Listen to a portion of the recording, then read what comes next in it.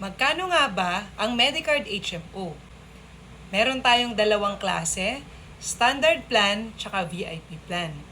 Ang standard plan, wala siyang coverage for pre-existing condition on the first year. And meron siyang medical evaluation for ages 41 to 60. Babagay itong plan na to pag gusto natin magkaroon ng sariling HMO or health card at an affordable rate. Bagay rin ito if ever wala tayong pre-existing condition. If at least 18 years old tayo, pwede na tayong maging principal member ng Medicard HMO. So titingin lang tayo sa rate sa taas for ages 18 to 60, yan po yung rate natin for new application. So for ward and semi-private na 60K, lahat po ng mga major hospitals dito sa NCR, yung major 6, hindi pa lang po sila kasama. So ano yung mga major 6 na yun na hospitals? Ito yung Makati Med, The Medical City, Asian Hospital, Cardinal Santos, St. Luke's BGC or Global, tsaka St. Luke's QC. So, tingin lang tayo dyan sa 10,739 tsaka 12,049. So for semi-private 100,000, hindi pa lang po kasama ang St. Luke's Global or BGC, tsaka yung Asian Hospital. And then for small private, hindi lang po kasama yung St. Luke's Global or BGC. And if ever man gusto natin magdagdag ng dependents, tingin lang tayo sa principal plus 1 dependent, principal plus 2 dependents, and so on and so forth.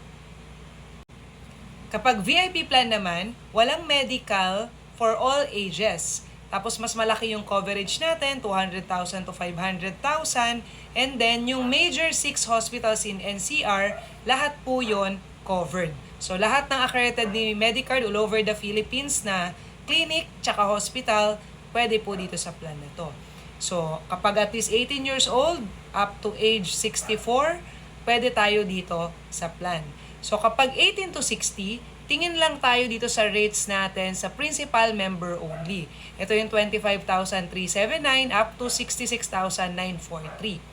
Pero kapag ages 61 to 64 na po tayo, tingin lang tayo sa last row. So ito yung 32,993, 39,000 up to 104.